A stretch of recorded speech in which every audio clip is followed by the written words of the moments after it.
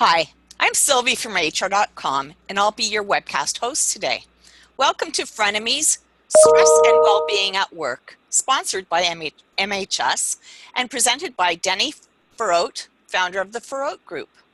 This webcast has been pre-approved for 1 HRCI and 1 SHRM credit. Please be sure to attend the complete webcast in order to receive your credits. If you have any questions during the webcast, please click on the Q&A tab on your webinar controls and type them in there. And it's now my pleasure to turn you over to Alicia from MHS. Sorry. That's okay. Thanks, Sylvie, and thanks everyone, first of all, for joining us. We're super excited to be sponsoring this event. So I'm a talent solutions consultant here at MHS. We're headquartered in Toronto, Canada, and we've been in business for about 30 years. You might notice for the publisher of the EQI 2.0, but we've been helping customers with resilience and change and decision-making. And I've had the pleasure of working with Denny Faurote, and he's an incredible speaker, world-renowned, the founder of the Faurote Group. He's going to take you through a fun 1 hour of talking about well-being and using that to get better self-awareness and employee engagement. Take it away, Denny. Thank you, Alicia. Good morning to all of you. It's an absolute pleasure to spend the next hour with you, to share with you some thoughts and ideas that I certainly hope will help all of you become better as you take care of yourself in the workplace and outside of the workplace, as well as give you some ideas to maybe put in place at your organizations to help your people succeed as well. My background very quickly is I am a recovering CPA. I spent 15 years in public accounting with a Big Four accounting firm and did client service work for the better part of 8 years before transferring into human resources, where I was an HR director. And one of my specialties was the people development side, creating leadership and management training for the firm across the country. So it is an absolute pleasure to be here with you today. As we go through today, I'm going to ask various questions, whether you agree or disagree. And there'll be different times where I'll ask you in your chat box just to type in your responses. So if you could do that, that will give me some information as we move through today. But to start today, what I'd like to do is just start by asking you a series of 4 questions. And as I'm asking you these questions, think to yourself how you would answer these, what you would do. So what would you do if you experienced an upset stomach for 2 weeks and it wasn't getting any better? Or if you had a persistent headache that lasted longer than a week, your neck and shoulders hurt regularly and limited your ability to function, or you find yourself getting sick on a regular basis. My guess is most of you would probably go to the doctor, explain all your symptoms, and have him or her diagnose you and prescribe you some type of medicine that would make you get better. So I want you to keep that in mind, because I want to test your overall well-being, because it's critical that we understand where we are today and what we can do moving forward. So when we think about well-being, do you experience any of these symptoms on a frequent or regular basis? And I have a series of them. They're going to come up here in these 4 quadrants. So in the first quadrant, down the bottom left, where you might have memory problems, maybe an inability to concentrate, poor judgment at times. Do we only see the negative? Do you have anxious or racing thoughts or constant worrying?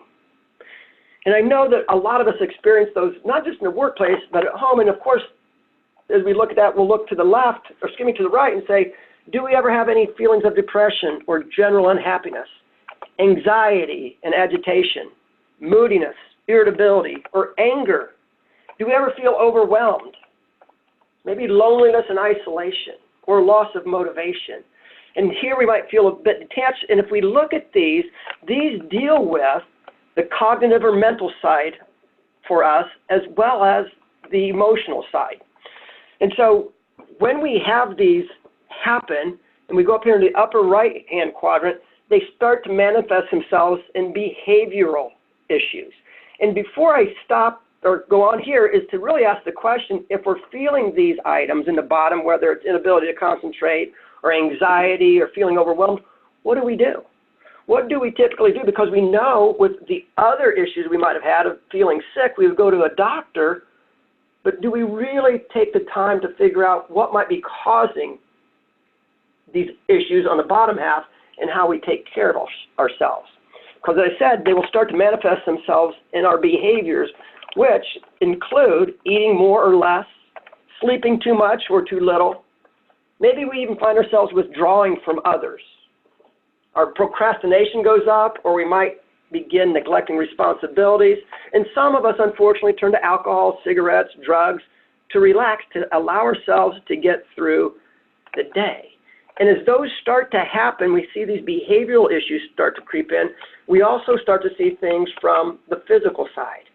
In our bodies, we might have those aches and pains, diarrhea or constipation, nausea, dizziness, chest pain, rapid heart rates, loss of sex drive. Maybe we end up with frequent colds or the flu, or we just get sick on a more frequent basis. And these relate back to the previous slide that I had that asked those questions. Do we feel ourselves from a physical perspective not feeling well? And we end up going to the doctor with our symptoms rather than looking at what's really causing the issues. So I want to focus on those and understand what might be driving some of these issues in our lives. So as I started, do you experience any of these symptoms on a regular basis? If the answer is yes, if the answer to any of those responses are yes, you could be experiencing high levels of stress, might even be on the verge of burnout, and need an emotional and mental health tune-up. And a lot of us don't take the time on the mental or emotional health side of things. And if we feel all of these things that I just described, understand that you are at a very high risk of not feeling well, a high risk of really breaking down. And so we want to minimize the risks that exist. And what is research telling us? And research is telling us at this point that short-lived or infrequent episodes of stress pose an increase in risk to us, okay? So if it's short-lived or infrequent, we might be okay. But where we start to get in trouble is when stressful situations go unresolved, our body is kept in a constant state of activation, which increases the rate of wear and tear to our biological system. So when those stressful situations go unresolved, and as I'm talking about this, I want you to think about yourself as when are those times where you don't successfully deal with stress, where it's unresolved? Because ultimately, fatigue or damage results and the ability of the body to repair and defend itself can become seriously compromised. And when that happens, we're more at risk for injury and disease. So the short-lived, infrequent episodes of stress are good for us, as you'll see here in a moment. But when we don't take care of it is when our body starts to fall apart. And unfortunately, I think this is how most of us feel and look on a daily basis. We get into work and we're barely able to move forward. And we say to ourselves, you know, all I need right now is a good night's sleep. Or just give me a couple cups of coffee and I'll be with it. Or maybe that Red Bull. And unfortunately, those are not the answers, because we will continue to come back each day looking like this because that's just a very quick fix. And so when we think about emotional and mental health, what we really need to understand is that, simply put, that an emotional and mental health definition is one that includes resilience. If you're not familiar with this word, and in the workplace or just in life, I would encourage you to, even after today, look into it, because we need to be very resilient in our lives. And resilience is the ability to get up when life knocks you down. And I look at it as the bounce back factor. When life gets tough, personally and or professionally, do I have it in me to bounce back? Or do I find myself sinking further and further down? Because as we look at this and understand it, it's rather than living a problem and stress-free life, which is really, we can't do that. We don't want to live a stress-free life. We need to be able to manage it. What we really need to understand is that emotional and mental health means that one can bounce back from setbacks and thrive despite the problems that we have in life. And so as we move forward and we're talking about stress, what I'd like to do is define it. And this is straight out of the dictionary. So what is stress? It's simply a physical, mental, or emotional factor that causes bodily or mental tension. We have this happening to us every day. And it can be in the form of external or internal issues. The key is to recognize what those stressors are in our lives and what causes them. So here's where I have a question for you. When you think about stressors, which are situations and pressures that cause stress, if you could in the chat box, jot down some of the stressors that you have every day in life. Okay, I just saw somebody right away popped in. The financial side. Oh my gosh, we got a lot coming in here. Money, money, money, money. I keep saying it, my boss. I also see work, traffic, very good. Somebody also said health. I see kids, managing multiple family issues, kids being recently unemployed. I just saw promotion. And so as you look at these, some of them, the stressors in our lives, are things that are tough for us, but we can look at the positive things. We just got promoted, and that's a great thing. But now there's more pressure, there's more stress. I just saw Christina, empty nester, absolutely. Rebecca had marriage, very good.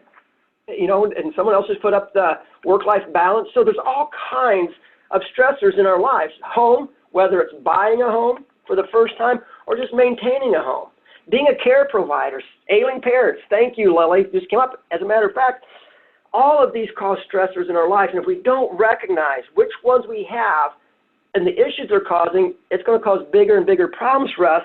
And I will tell you, as I look at this list that you just came up, which is awesome, is I've experienced every one of these. And now as I'm a little bit smarter about all these, is to recognize the role that these play in my stressors. And you talk about care provider. I just recently was telling Alicia that my parents are struggling. I have a father that's in the hospital today, and he's needed constant care for 6.5 years, and being one of those care providers for my parents has just been exhausting. And if you don't really pay attention to what that requires of you, it's going to impact every area of your life. So one of the key things is for us to be more resilient and to have better well-being is to identify those stressors. And so, you know, we talk about is our stress a friend or an enemy? And I think it depends on how we look at it. A gentleman by the name of George Valiant once said that it is not the stress that kills us, it is effective adaptation to stress that allows us to live. And most people I talk to, a lot of times they would say to me, oh, I wish I didn't have any stress. I want all the stress gone out of my life. The fact is, if we have no stress in life, we will die. It's the stress that allows us to live, but if we have too much, it also will kill us. So it's really figuring out how to deal with it. So once again, I'm going to ask for your participation here. And this is just a simply agree or disagree comment. And that comment is, if not properly addressed, high levels of stress coupled with poor mental and emotional health can lead to burnout.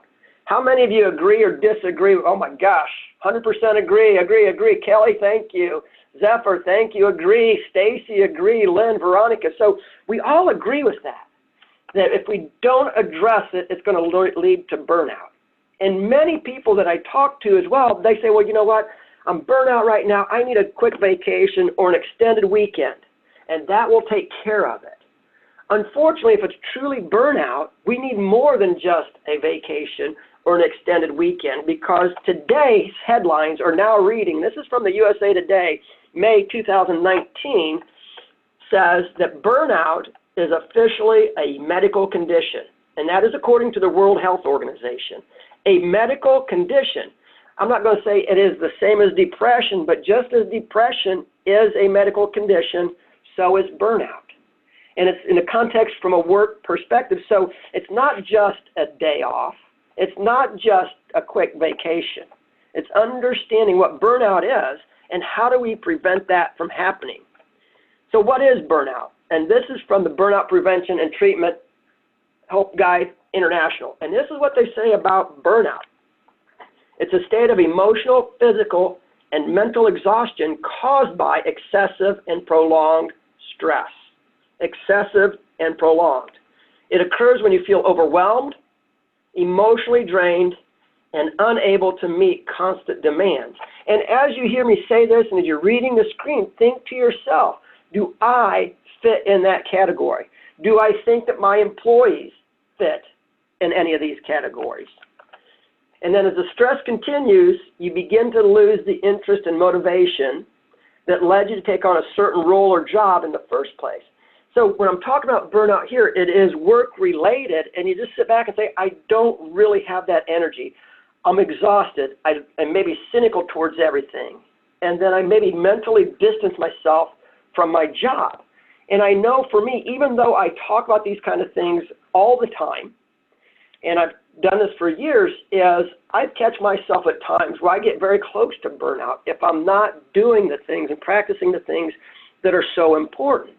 And so we look at ourselves, can we figure that out? Where are we? And can we help our employees as well?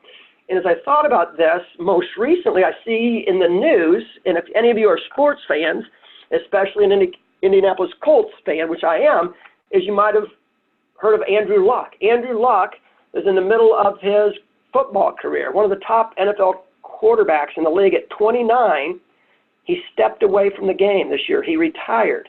He walked away from over $100 million, but my guess is for Andrew Luck, he got to where it was burnout for him. He didn't enjoy the game as much anymore. The mental and the emotional started to get in the way, and the physical was driving it as well. Another football player is Rob Gronkowski from the New England Patriots, a Super Bowl champion, one of the best tight ends in the league, and he stepped away. And so we see these people in the news, but we are just like them. And we need to figure out where we are. So as we move forward, let's define mental and emotional health. If we need to do a better job around it, what does it really mean? So mental health simply is a person's condition with regard to their psychological and emotional well-being. Condition with regard to their psychological and emotional well-being. And the key is and their overall well-being. On the emotional health, it's a positive state of well-being which enables an individual to be able to function in society and meet the demands of everyday life. And so often we don't think about emotional health as far as can we measure it and understand where we are today and maybe what I can do to improve my overall emotional health. One of the tools I'll talk about today can truly help you in this arena, and it's one of the reasons why I'm very excited about having this opportunity to share this information with all of you. The World Health Organization in 2017 came up with some of the following statistics. And I think it's important to put it in here because as we think of ourselves, we can probably conclude that, you know what, I need to think of myself. I need to take care of myself mentally, emotionally, physically. But if you're going to try to help your employers understand why this is so important, is just a couple statistics that I pulled from the study. 1 in 4 Americans say work is a source of anxiety. Only 1 in 4 employees with anxiety tell their employers about it. So we keep it to ourselves, and it's not just the anxiety, but it would also be depression, etc. And half of employees with anxiety say it interferes with coworkers' relationships. And just that one statistic there, that it impacts or interferes with coworker relationships, is very detrimental to the workplace because everything we do, no matter what our jobs are, it's about relationships that we have with people. It went on to say that depression cuts productivity, and this one is the statistic that really got to me as I looked at this, is that depression costs employers more than other health conditions, costs more than other health conditions. And if you take a step back and think about it, is how often do people talk about depression or anxiety in the workplace? A couple other quick statistics before we get on talking about how to fix this is that roughly 85% of employees' mental health conditions are undiagnosed or untreated. Mental health conditions cost employers more than $100 billion and 217 million lost workdays each year. That is huge. It goes on to say that over 44 million American adults have a mental health condition, and the rate of youth experiencing a mental health condition continues to rise. As a matter of fact, research has shown and studies have concluded that this new generation coming into the workplace are experiencing higher levels of anxiety, depression, and mental health overall issues than any other generation. So it is something that's really worth talking about and looking at. And the reason we don't talk about it as much as we should is because there's a stigma associated with it. employees are afraid of discussing it with coworkers and bosses, and that's for a variety of reasons. One, they don't want to lose their jobs, damage their relationships, or risk future employers learning of illnesses and judging them. So how will people see me if I have an issue with my emotional side of things or the mental side of things? A broken leg is fine, but if you have mental problems or just things you need to deal with, for some reason, we don't allow people to really talk about it the way that they should. So that stigma keeps people silent, and we need to break the silence. And so as we go through this, and now we'll focus on you, what we can start doing, because we know this is a problem, I'm going to ask you a series of questions here. There are 4 questions that I'm going to ask, and again, this is where you can type it in, okay? And then, within the chat, just give me your responses as a yes or no, okay?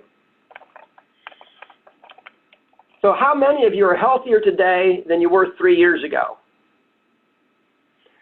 All right, it looks like the no's are winning this one again. Diane said yes. Diane, you are in the minority here. So very good. How many of you get enough sleep on a regular basis? All right, this one's packed with no's again. Nope, nope, nope, definitely not. Now, thank you, Sarah. No, I have a preschooler, so that can cause some of those issues as well. How many of you are less stressed today than last year and see the stress decreasing? All right, the no's win again. And then how many of you are the best version of yourself on a consistent basis? Sadly, no. I am not. Leslie, no. Gina, no. Someone just put, I try to be. And we all try to be. And we got to move to that direction. But instead of just the trying, how can we make it a reality? And that's what we're going to try to do as we move forward here. And so as we do this, do you agree or disagree with this statement? Constant high levels of stress without downtime drains us of our energy, leads to exhaustion, burnout, and negatively impacts all areas of our life. Agree, agree, agree, agree, agree. I just got a duh in there. Thank you. Absolutely. Yes, yes, yes, yes. So we know that it does impact us. Now, this next question is not on the slide, but how many of you would say, or would you say that you do a good job of making sure you have some downtime to deal with stress the right way? I try, no, no, no, no, yes, no. Okay, so this is going to give you some ideas on how to go about doing just that. And so with workplace and emotional and mental health, understand this: mental and emotional health in the workplace is one of the factors determining our overall well-being. To put it simply, problems at work can follow you home, and problems at home can follow you at work or to work. And I'm going to change this just a little bit and put in here, problems at work follow you home, and the problems at home follow you to work. Not can, they do if we're not taking care of ourselves. And I want to point out something here that I just got from Lindsay, and she said that she takes mental health days. And I think that's awesome, Lindsay, and I think all of us need to think about ourselves in doing that.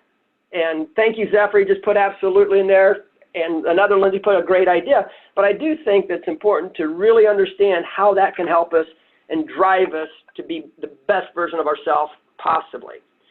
And so friend or enemy, we've seen this quote, and so frenemies is stress and well-being at work. So what I want to share with you is what I would talk about being powered for life to allow us to live the best version of yourself on a consistent basis.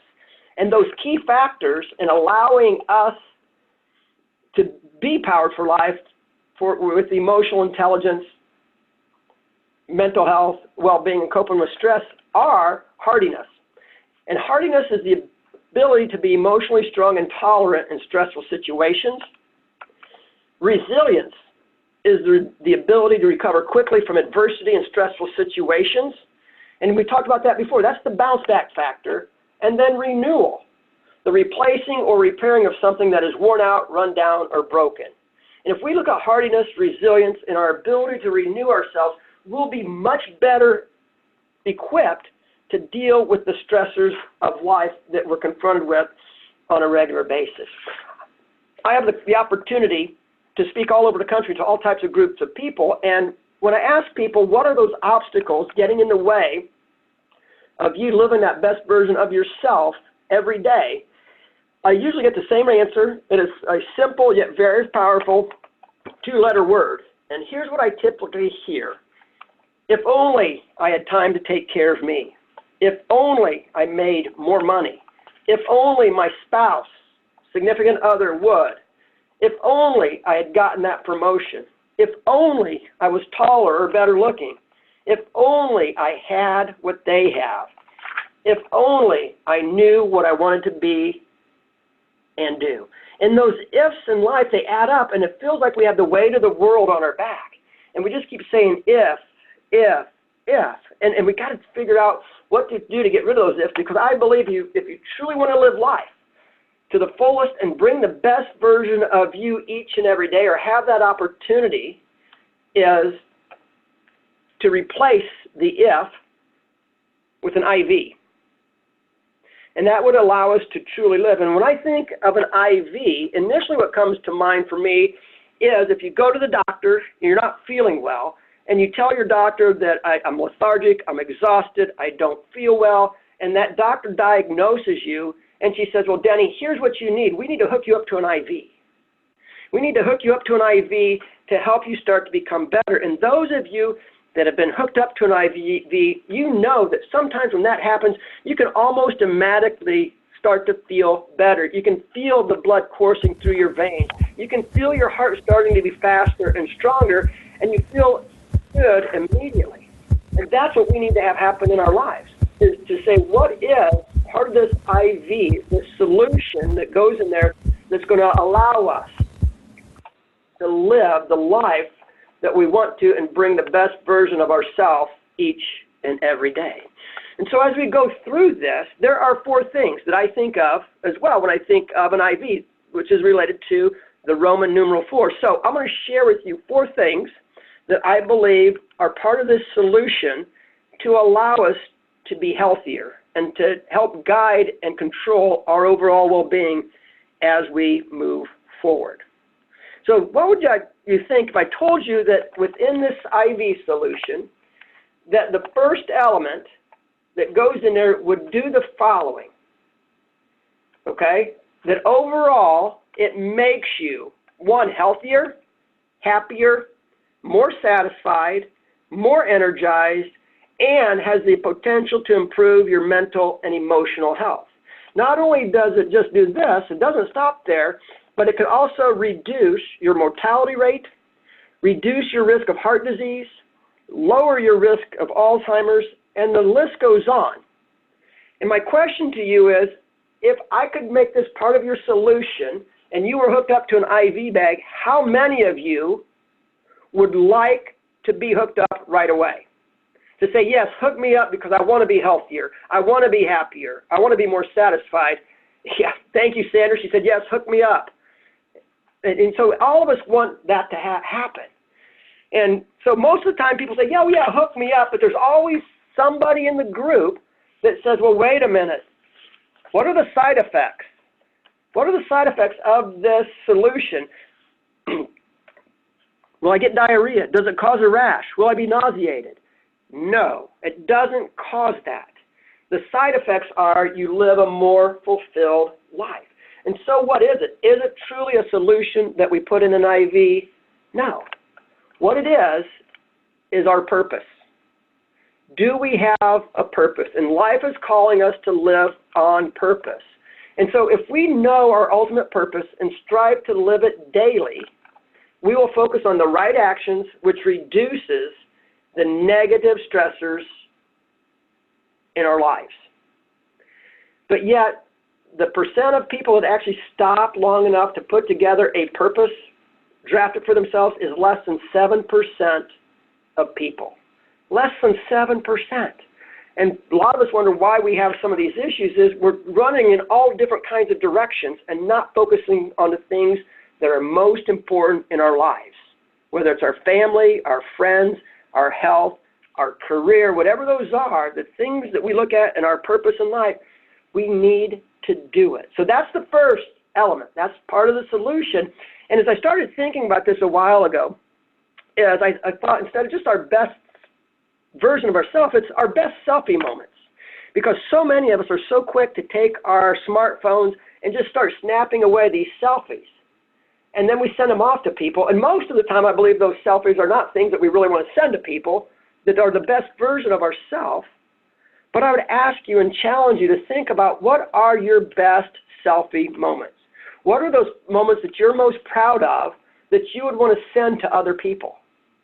And when I thought about this, my most proud selfie moments are with my family, my children, my extended family, my nieces, my nephews, being at my daughter's wedding with my father, running a race with my daughter. And as you can see, I take my parents to Notre Dame, or even up at the top here, you might see this goofy guy with underwear on his head, and that's me with my grandson. And that is how I taught him how to be potty trained. He said if Papa wears underwear, he would be potty trained. So the only place I could put those underwear was on my head. But those are my most proud selfie moments. And so we have to take a step back and say, what are those for us? So that's step one, is to find out that ultimate purpose. It's what's going to lift us up. And again, it starts with you first and foremost, but as you think about your people and your organizations, if they're not focused on their purpose, they're not going to be as healthy as they should be. And they're not going to be as productive as they should be. So the ultimate purpose, what does it do? It drives commitment. It increases ability to take on challenges. It gives us more control over situations and an opportunity to capture more of our best selfie moments. Ultimate purpose is absolutely critical. And one of the things that I've run across over the past year and a half is, through MHS, is their hardiness resiliency gauge. So they measure within this assessment your level of hardiness and resilience. And there's three main areas that they focus on. Challenge. And seeing change and novelty is exciting and as an opportunity for you to learn and to grow. So it measures, do you like challenges or do you just shy away from them? Are they too stressful for you?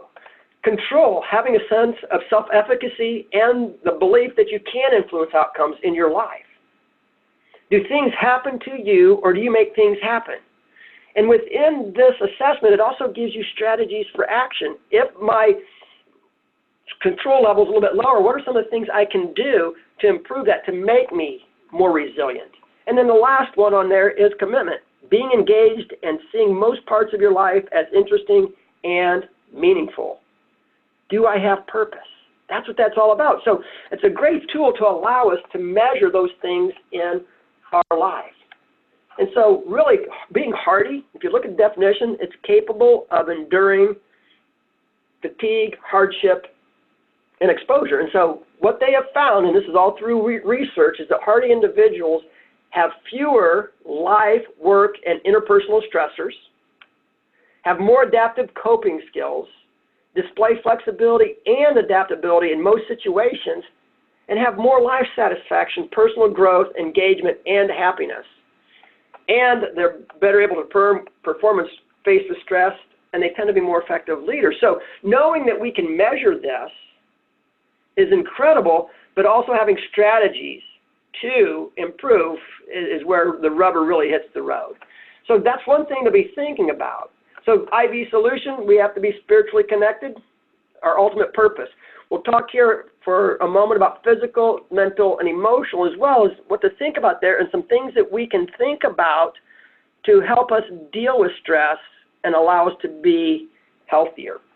Before I do that, I want to talk about energy, because we're really talking about energy here, because if we don't have energy, the stressful situations will continue to pull us down. And so defined, energy is the strength and vitality required for sustained physical, mental, or emotional activity. So we looked earlier about mental health, emotional health, and there was an element of physical in there. So we have to have the energy in life to be able to handle everything. And when I asked most of you, how many get enough sleep on a regular basis? How many of you are the best version of yourself? How many of you X, Y, and Z? Most of you did not get enough sleep. We didn't do some of those things the way that we needed to. So I have created a word. So you won't find this in a dictionary, but you will hear it through the rest of my presentation. So I'll start with intervention. Of course, that's in the dictionary, and that is an action or process of intervening. Action taken to improve a situation. So I'm going to intervene to improve something. I have coupled that with energy. So energy plus intervention equals an intervention. And so keep this in mind. If you learn nothing else from me today, but you hang on to this concept and say, how do I do this daily? I guarantee you, you will feel better as you move forward. And so my definition is, to intervention is purposefully managing your energy flow to renew yourself, increase ability, and improve resiliency. And I'm going to describe it like this. And so this kind of looks like a heartbeat. But up at the top, right here, is where we have energy or stress that goes out. So I might be in a stressful situation. It might be emotional or mental, and it's hitting its limits, and I'm way up here. And so my stress goes out. And if we only stay up here and we just have these stressful moments, we're not going to be healthy. The stress will tear us down eventually. Down here at the bottom is where we have growth. And this is where we have renewal or recovery. So we have a stressful moment. It could be something at work where you got through a meeting, a deadline, and you gave it your all mentally, physically, and emotionally, and now we have to purposefully or intentionally renew ourselves. And this is where we build capacity. Think about it in terms of going to work out at an exercise facility. And you say to yourself, you know what, I'm going to go in today and I'm going to work my biceps. And I'm going to do as many curls as I possibly can. And you just stress those muscles as much as you can. The next day you come back to work out, it wouldn't be right to work the same muscle group, but you go back and say, well, I'm going to work these biceps again. I'm just going to make sure they get bigger and bigger. Well, no growth occurs at that point because all you're continuing to do is to stress that muscle. What we need to do, you go work out and you take a few days off so you can recover. And that's actually where your muscle starts to grow. And we have to take the same approach with the mental and emotional side of things as well. So energy out, and this is where our energy comes in. So we talked about this earlier, that short-lived or infrequent stress is good, but it's the stressful situations that go unresolved. That's why we have to say, okay, here's where the stress is coming out, here's where we grow. And we have to make sure we focus on that. And so my question to you is, does the physical element impact our mental and emotional well-being? How many think that's yes? All right, thank you, Barbara. Yep. Joey, Katie, Amanda all agree, 100%, thank you. So it does impact those areas. So let's just talk quickly about the physical side. And how many of you, does this sound familiar to anybody out there on this webinar? I don't have time for breakfast today. I'll grab something on the way to the office. Oh my goodness, everybody's yes on this. I got an ugh from somebody. So on your way to the office, maybe it's 3 cups of coffee, a Coke, candy bar, donut, or even a Red Bull. Not good. Or I don't have time to exercise. It's impossible for me to get a good night's sleep. And so we say those things, and if that happens, if we don't eat, move, and sleep right, what happens? And I'm going to digress here very quickly. There's a book called Eat, Move, Sleep. I'd encourage all of you to write it down. It's an awesome book that can help you in this area. So if we don't do these things, we will have poor mental focus. We'll be on edge. Somebody here says we get worn out or depleted. Thank you, Lindsay. I appreciate that. We become impatient. We might have muscle fatigue. We're sleepy. Illnesses and diseases creep in. And so that's why it is so important to think through what we are doing. And I'm going to show you a couple slides here. And do any of you know what the new smoking is? Yep, thank you. Sitting. Melanie just said sitting. So sitting is the new smoking. Sitting on our behinds most of the day without getting up and strategically moving throughout the day is almost as bad as smoking a pack of cigarettes a day. A pack of cigarettes. So we have to, throughout the day, get up and move. And there's also beyond that, just throughout the day, is do we exercise? Do we take care of ourselves? And I'm going to show you this next slide, and just think to yourself, what might be wrong with this?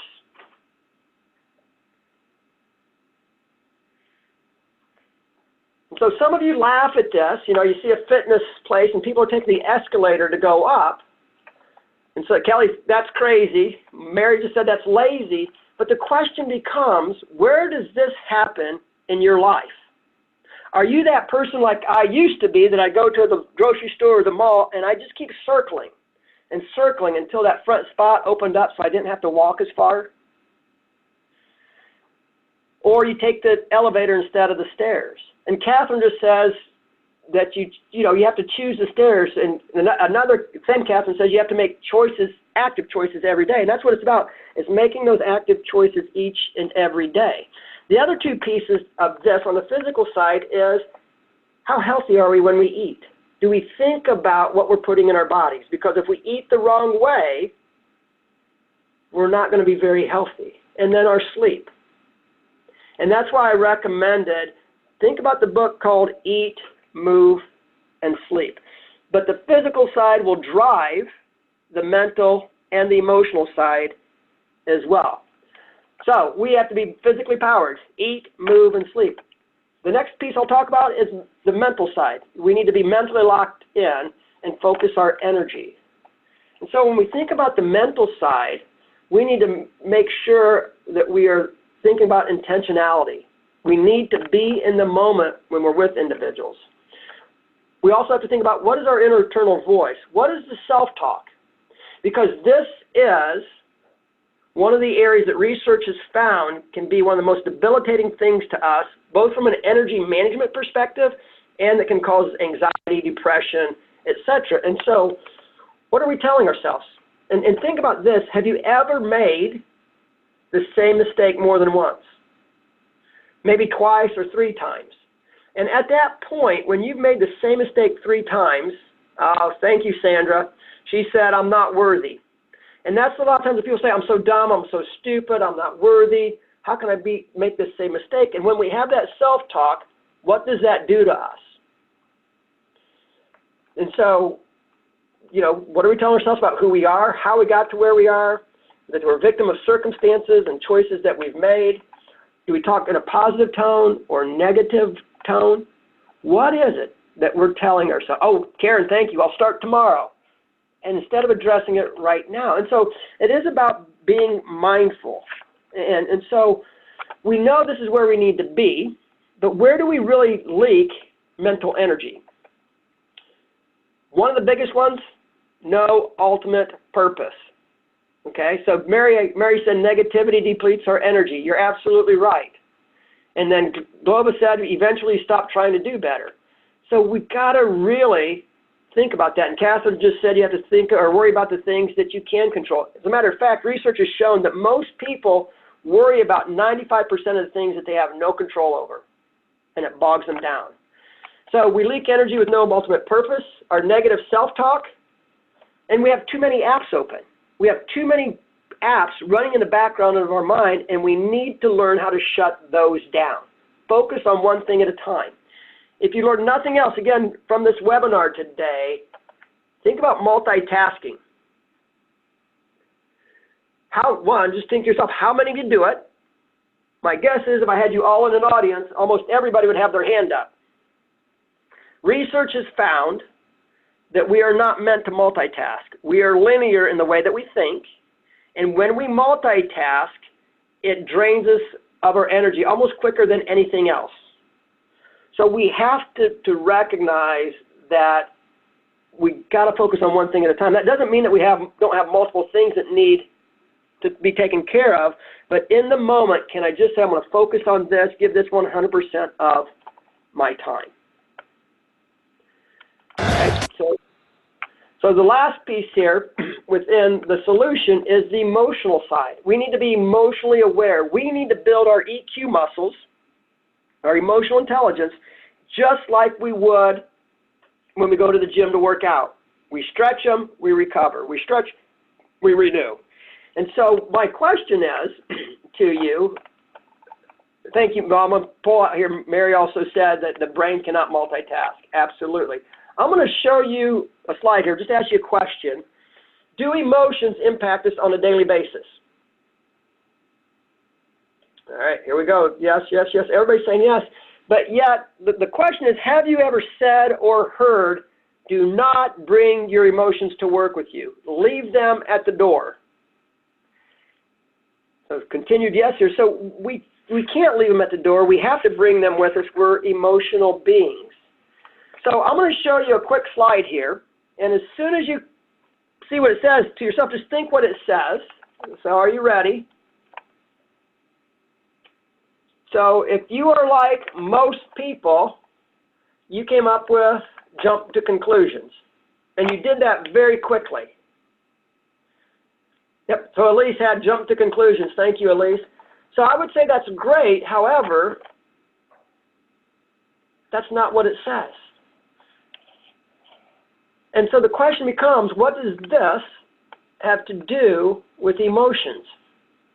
Do you ever jump to conclusions about what other people might be thinking? Or what the situation is? Or even your own emotions? And with only 50% of the information, we're typically wrong. And so we need to really understand emotions much, much better.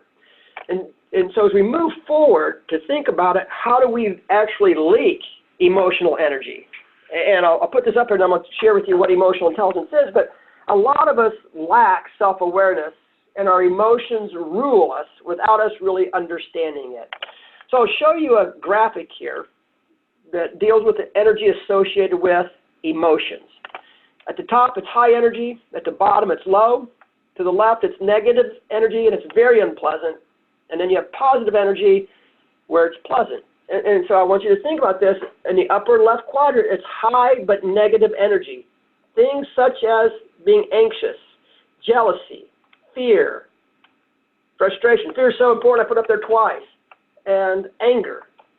And, you know, what do we associate that with that? We have high energy, we get angry, frustrated, and when it's high energy but it's negative, it does us no good, and it actually drains us.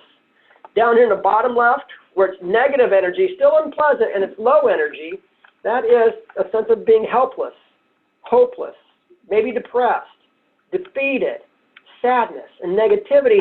And all these are true emotions we need to feel, but we need to understand what caused us to get there in the first place and how do we work through it. Because with sadness, I don't know if you've ever seen the movie Inside Out, but these are the characters from the movie, and it's all about our emotions, is when we're sad and we feel depleted or hopeless, defeated, we really have no energy. And then you look up in the upper quadrant where it's high energy, but it's positive energy. That is your passion, you're excited, energized, enthusiastic, and hopeful and joyful, and that's a great place to be as well. But if we're always passionate and energized and excited, we're still going to wear ourselves out, so we still need to renew ourselves. But that's a much better place to be than on the left side. And at the bottom, it's positive energy, but it's low energy, and that's where we're relaxed. We're calm, peaceful, purposeful, have positivity, and we're receptive. And, you know, we're really taking care of ourselves. So we think about this, and we talked about an intervention before. This is where, the bottom right, where we have renewal, where we take care of ourselves, because these other emotions that we have, that's where it's being expended. Down in the bottom left is our involuntary recovery. We feel depression, hopelessness, etc., because we haven't understood what those emotions in the upper left quadrant are causing and can cause us to feel hopeless, defeated, etc. And in the bottom right is where you have voluntary recovery. And that's what we need to be practicing, is how do we be active or proactive in taking care of ourselves. So other spots where we leak energy, we have poor self-management. So if we're not self-aware, we can't self-manage. Relationships we're in, become toxic. And we should all take a step back and look at some of the relationships we have and really ask ourselves why. Are they draining us of our energy, decision-making and problem-solving, which we do every day, a negative attitude? And the fact is, we don't understand emotional intelligence. And so what I'd like to do, the last part of the webinar here, is share emotional intelligence with you. And so what is it? The book definition, it's a set of emotional and social skills that collectively establish how we do the following. How do we perceive and express ourselves, develop and maintain social relationships, cope with challenges, the stressors in our lives? How do we use emotional information in an effective and meaningful way? And these are extremely important because we need to do this every single day, but most people are not aware of the power of emotional intelligence. It is one of the biggest predictors of success in life and work. It's about understanding ourselves and others, and it's about having people skills. And I'm going to show you a very quick video clip, and I want you to type back in the chat box here is if you think this person has a high level of emotional intelligence. So the engineers don't have to. I have people skills. I am good at dealing with people. Can't you understand it? What the hell is wrong with you people? Barbara, no, low. Everybody's low. But, you know, I share this with you because, unfortunately, it resonated with me as I started to better understand emotional intelligence and my own level of EI is I always thought I had people skills. And so this guy's saying, I have people skills. But do I have them where they need to be? And so sometimes we fool ourselves. But the other piece of it is, he said, is when people don't understand him, what the hell is wrong with other people? And we tend to do that. And so we have to first look at ourselves. And so what I want to share with you is what's called the EQI20 Model. And this is from MHS. And it's a phenomenal tool to measure emotional intelligence. And I got introduced to it 5.5 years ago and had never used an instrument with my clients before because I didn't think there was anything on the market that measured EI. But this one is absolutely incredible. So on the outer edges, you see that it says emotional and social functioning. It measures that. It also measures our overall well-being, and it is tied to performance. It measures self-perception, expression, interpersonal, decision-making, and stress management. And tucked up under each one of these are what are called subskills that get measured as well. And I'm going to put this up here very quickly, and I'll come back to it. But these are the things that it's really measuring. So if you think about self-regard, do I have confidence in myself and my abilities? Self-actualization, am I finding fulfillment and meaning in what I do? Emotional self-awareness, do I understand my emotions and the triggers that cause these emotions? How well do I express myself? Do I use assertiveness? Can I stand up for myself without offending others? Independence, can I stand on my own 2 feet without being over-reliant on others? Am I empathetic towards others? Problem solving. Can I effectively manage and solve problems when emotions are involved? Can I really look at reality, things as they really are? Impulse control is the ability to resist or delay impulses. Stress tolerance, successfully coping with stressful situations. So it looks at all of these areas and gives you a score on how often you use these subskills, which every one of these are critical to your overall success, and they don't stand alone. But I always ask people, as they look at this, and we talk about it, if there was a subskill, one of the 15 in here, that was foundational to all the others, which one would it be? So as you look at this, even though I didn't have a lot of time to describe all of them to you, which one do you think might be the foundation for emotional intelligence? Okay, I just saw somebody put in or self-regard, and so self-regard is how I see myself. Thank you. Somebody just had emotional expression. Very good. How well do I express myself? Somebody just put in interpersonal relationships. Very good. Thank you. Flexibility. How flexible am I? Can I be agile when change occurs, needs to occur? Empathy. Thank you. Reality testing. Do I see things as they really are? And then I just saw Dan. Dan put in emotional self-awareness. And that's the one I chose as well, is that emotional self-awareness is foundational.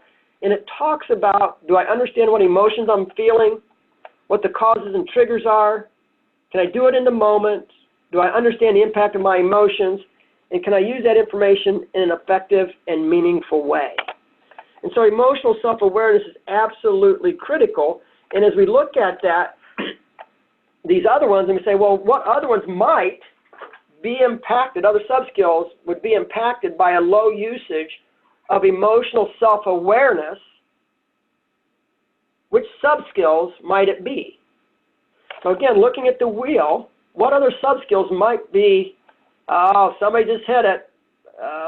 Robert, thank you, Robert. Robert said probably all of them, but some of the ones I'm hearing, optimism, very good, self-regard, self-actualization, interpersonal relationships, thank you. Somebody else just said all of them, flexibility, reality testing, impulse control, stress tolerance. So again, all of them are extremely, extremely important. And I'm going to skip through the stress tolerance here for a moment. And in a little bit of time I have left, I want to share this piece with you here, is how our activating events, how they affect our actions. And so over here to the left, you have an activating event. Somebody pushes your button. They don't miss a deadline, or they miss a deadline. They cut you off in traffic. Bad conversation with a spouse or significant other. So they push your button. It's an electrifying event. And down here, you have an emotional reaction. Many times we have knee-jerk reactions. And so when we have that knee-jerk reaction, most of the time the outcome is negative. We tend to blow up, but also we could have knee-jerk reactions where we're overly positive and we overcommit ourselves. And so when this happens, it's a negative impact. And what we need to be able to do is when this emotion hits, this activating event, is hit a pause button. And that is impulse control. Can I stop and think through things? Because if I can stop and think through things and have this surge protector to slow this emotion down and have some self-talk, I can prove it. So this is reality testing, impulse control, and when we combine those two with emotional self-awareness and stress tolerance, we have a much greater chance of having a positive impact on the situation at hand. So the emotional intelligence piece, I cannot overstress how important is this. And yes, Candace just asked the question, will there be a PowerPoint to download? Yes, there will be. And so the last thing I'm going to show you here is this is just a one-page from the report from emotional intelligence, the EQI 2.0. So it shows that this person has an overall score of 68. And then we look at all the sub-skill uses in here in the scores. And so I'll just pull a couple of them very quickly. 65, self-actualization. This means this person's probably not very fulfilled, not finding purpose and meaning in life. That's going to impact every other score that this person has. 77 with self-regard, not okay with self, probably has a very poor self-talk. Emotional expression is a 68, not effective at expressing self. This person probably bottles all of this stuff up. And Julie, I'll pause here. Julie asked if there's a link for you to take the test. We'll provide that at the end of the presentation here. This person, interpersonal relationships, is a 63. Probably struggles with relationships. And if this person was in a leadership role, would have a very difficult time leading people. Stress tolerance is an 82. And this person would not have very many coping mechanisms from a strategy perspective. So this is a tremendous, tremendous tool to help you understand, one, what emotional intelligence is, but also help you understand how to improve. There's a page for every one of the sub-skills. So if the person's stress tolerance is an 82, this is going to tell the individual what it means, the impact at work, and then here are some strategies for actions for that individual. It also measures well-being, which this is just an added plus with this instrument, and you can look at the person's overall level of happiness. So I know there was a lot in here, and a lot of you had a lot of great comments and questions in here. But what I will do very quickly is I'm going to turn it back over to Alicia, and we'll see if there might be a question or two that I can answer, but we're right up against the 12 o'clock hour. And as I do that, I'm going to show you this slide. So if you want the slide deck or any additional information from us, you can text the number shown here, and we'll get in touch with you. So I will turn it over to Alicia. Thank you, Denny. That was very energetic. I got a lot of comments about how the the presentation was energetic as you always are. We've recorded all your questions and we will be answering them at the end. Some of the questions around, is there a link to the resiliency model, as well as where to get certified? Yes, you can get certified from Denny. He's an EQ trainer and a hardiness trainer. The links and the handout and presentations will be available at the end of the presentation. I thank everyone for joining. Cindy, Krista, Judy, Kay, Stacy, a lot of good questions out there. So thank you, and thank you to hr.com. Over to you, Sylvie. I'd really like to thank our sponsor, MHS, and Denny Faurote for providing us with this great information today, and also to the audience for joining us. If you'd like to view this webcast again, the recording will be available from our archives, as well as a copy of the slides. And we'll be sending you the handouts as well. We'll be sending an email with your credit information. It will also be available to you from your View My Credits page of your membership profile. Our free members now have unlimited access to watch all of our live and archived webcasts and virtual events. You're able to collect up to 5 HRCI and SHRM credits each month. If you watch more than 5 webcasts in a month, your credits will be banked. To unlock and redeem your extra credits, upgrade to our recertification program. Your feedback is important to us. Please take a moment to fill out the exit survey that opened in a new browser page on your computer. This concludes our webcast. Enjoy the rest of your day.